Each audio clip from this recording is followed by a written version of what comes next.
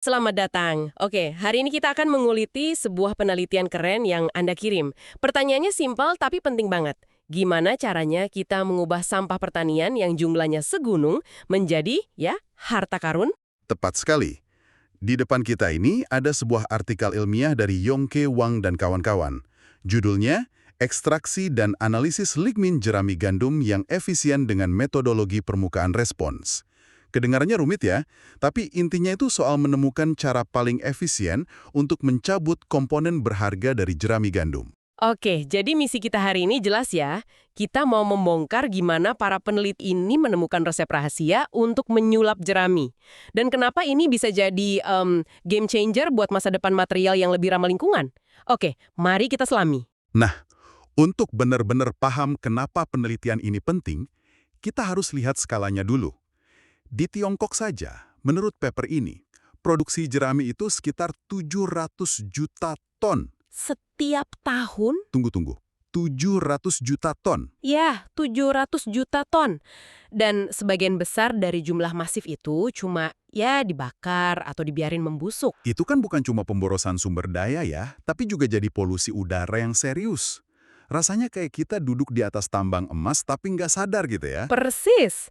Analogi tambang emas itu cocok sekali. Nah, Karena jerami ini kalau kita bongkar, isinya sangat berharga. Berdasarkan analisis di penelitian ini, jerami gandum itu terdiri dari sekitar 48,34% selulosa, 22,64% hemiselulosa, dan ini dia fokus kita, 18,86% lignin. lignin. Oke, jadi ini emas yang tersembunyi di dalam jerami itu. Tapi sebenarnya ligninnya apaan sih? Kenapa dia begitu berharga? Gini, lignin itu pada dasarnya adalah polimer alami, paling melimpah kedua di bumi setelah selulosa. Bayangin lignin itu kayak lem atau semen super kuat yang merekatkan serat-serat di dalam tumbuhan. Oh, jadi yang bikin tanaman itu kaku dan kuat ya? Betul. Nah, jika kita bisa mengekstraksinya dengan benar tanpa merusak strukturnya, lignin ini bisa diubah jadi bioplastik, resin, bahkan komposit.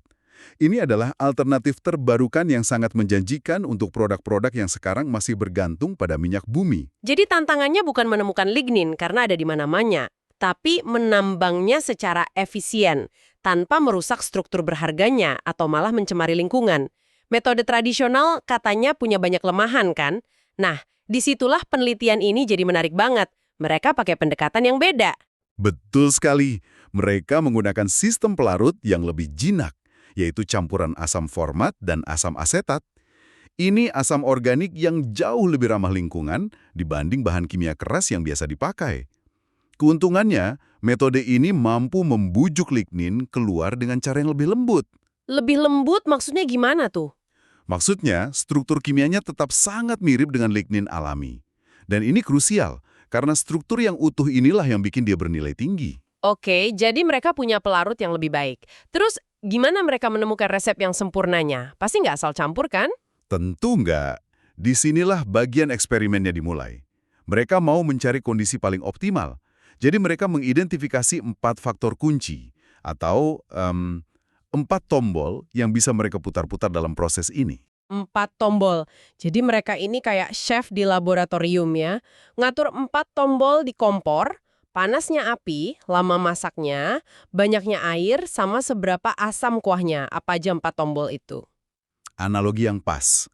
4 tombol itu adalah, pertama, suhu reaksi, seberapa panas prosesnya. Kedua, waktu reaksi, berapa lama. Ketiga, rasio padat cair, yaitu berapa banyak pelarut untuk setiap gram jerami. Dan keempat, konsentrasi asam format.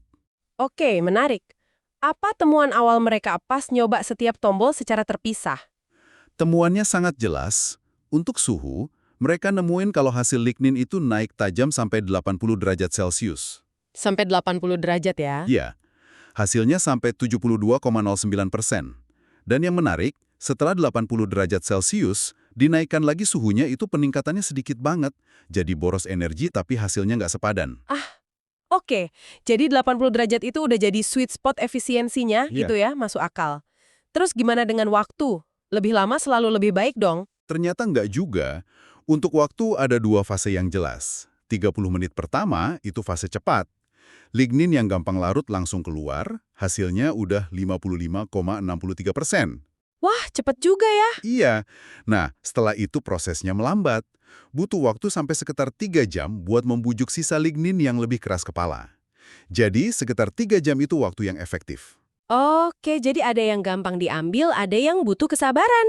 Lalu soal jumlah pelarutnya, apa kita harus menenggelamkan jeraminya dalam pelarut? Nah, untuk rasio padat cair, memang semakin banyak pelarut hasilnya makin baik. Tapi lagi-lagi ada batasnya. Hasilnya meningkat pesat sampai rasio 1:20. 1 gram jerami untuk 20 ml pelarut? Betul. Setelah titik itu, nambahin pelarut lagi jadi mubazir. Karena peningkatannya sangat kecil. Oke, dan yang terakhir, kekuatan asamnya, ini pasti makin kuat makin badus kan? Untuk konsentrasi asam format, tebakan Anda benar. Hasilnya cukup lurus. Makin tinggi konsentrasinya, sampai 80%, makin banyak lignin yang keluar. Hasilnya sampai 72,4%. Karena asam yang lebih kuat lebih efektif membuka kunci ikatan kimianya. Tunggu dulu, kalau kita tahu suhu idealnya 80 derajat, waktunya 3 jam, rasionya 1:20, kenapa nggak pakai itu aja? Kenapa harus dibuat serumit ini? Oh, karena bisa jadi kombinasi yang beda malah lebih bagus ya. Kayak yang bikin kue, resep tiap bahannya pas belum tentu hasil akhirnya enak kalau takarannya nggak seimbang. Tepat sekali. Anda menangkap poin kuncinya.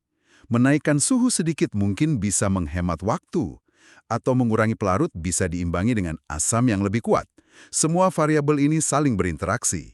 Dan untuk menemukan kombinasi sempurna itulah, mereka pakai alat statistik canggih.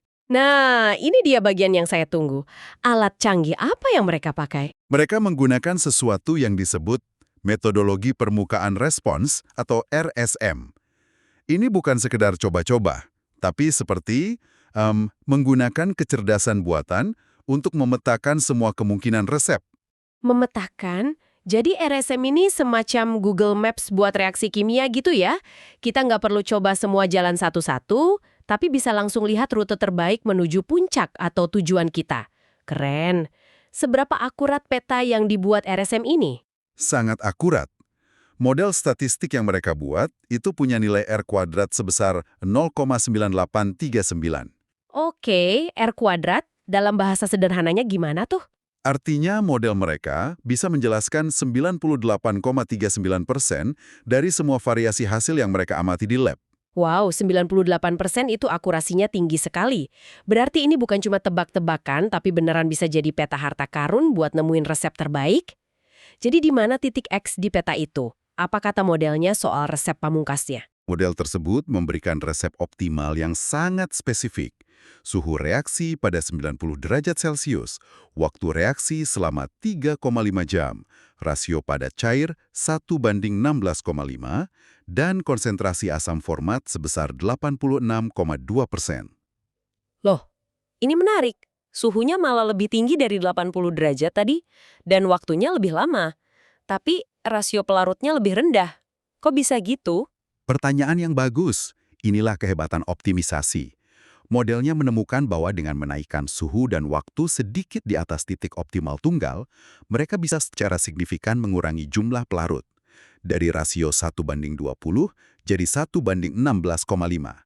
Jadi lebih hemat, tapi hasil akhirnya justru lebih maksimal. Jadi ini soal menemukan keseimbangan efisiensi terbaik dari semua faktor, bukan cuma satu-satu ya. Oke, itu kan prediksi model. Ketika resep ini dicoba beneran di lab, hasilnya gimana? Sesuai prediksi nggak? Ini bagian terbaiknya. Model memprediksi hasilnya bakal 81,24%. Saat mereka melakukan eksperimen nyata dengan resep ini, mereka dapat hasil 79,83%. Fantastis. Deket banget ya. Ini membuktikan model mereka bukan cuma teori di atas kertas, tapi beneran berfungsi. Jadi resepnya udah ketemu, hasilnya banyak, tapi pertanyaan besarnya sekarang, masakannya ini enak nggak? Maksudku, lignin yang didapat ini kualitasnya bagus atau jangan-jangan rusak karena prosesnya? Itu pertanyaan paling krusial. Kuantitas tanpa kualitas itu nggak ada artinya.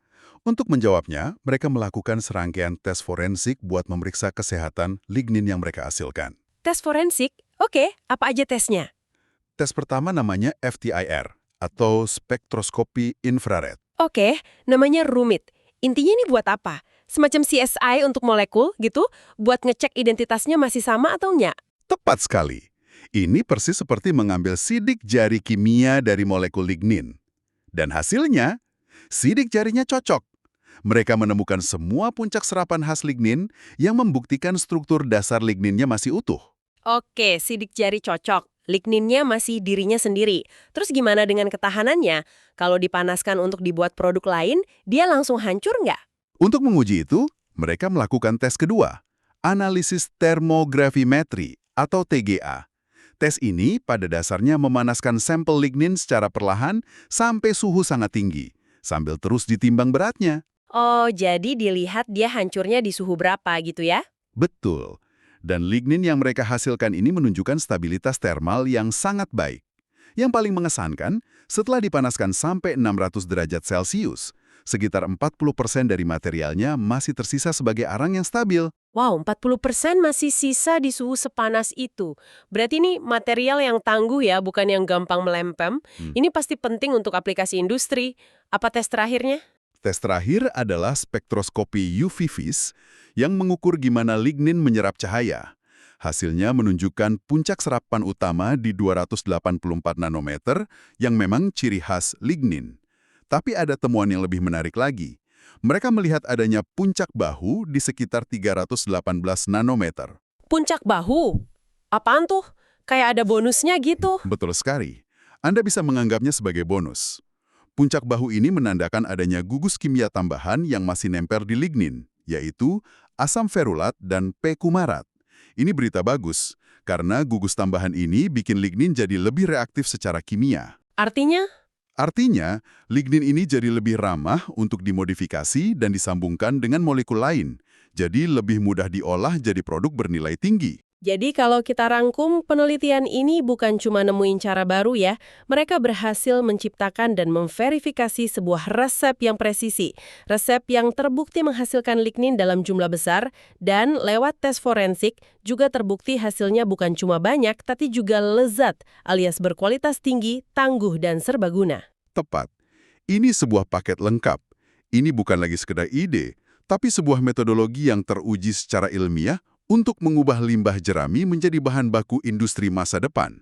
Kalau begitu, apa artinya ini semua dalam gambaran yang lebih besar? Jika kita hubungkan ke gambaran yang lebih besar, ini adalah langkah maju yang sangat konkret untuk ekonomi sirkuler. Penelitian seperti ini memberikan fondasi ilmiah dan teknis yang kokoh untuk membangun industri biorefinery. Daripada terus-menerus mengobor sumber daya fosil yang terbatas, kita bisa mulai menambang limbah pertanian yang diperbarui setiap tahun. Ini secara fundamental mengubah cara kita memandang limbah, bukan lagi sebagai masalah, tapi sebagai sumber daya. Penelitian ini sukses besar membuktikan metodenya di skala laboratorium. Ini membawa kita pada satu pertanyaan penting untuk Anda renungkan.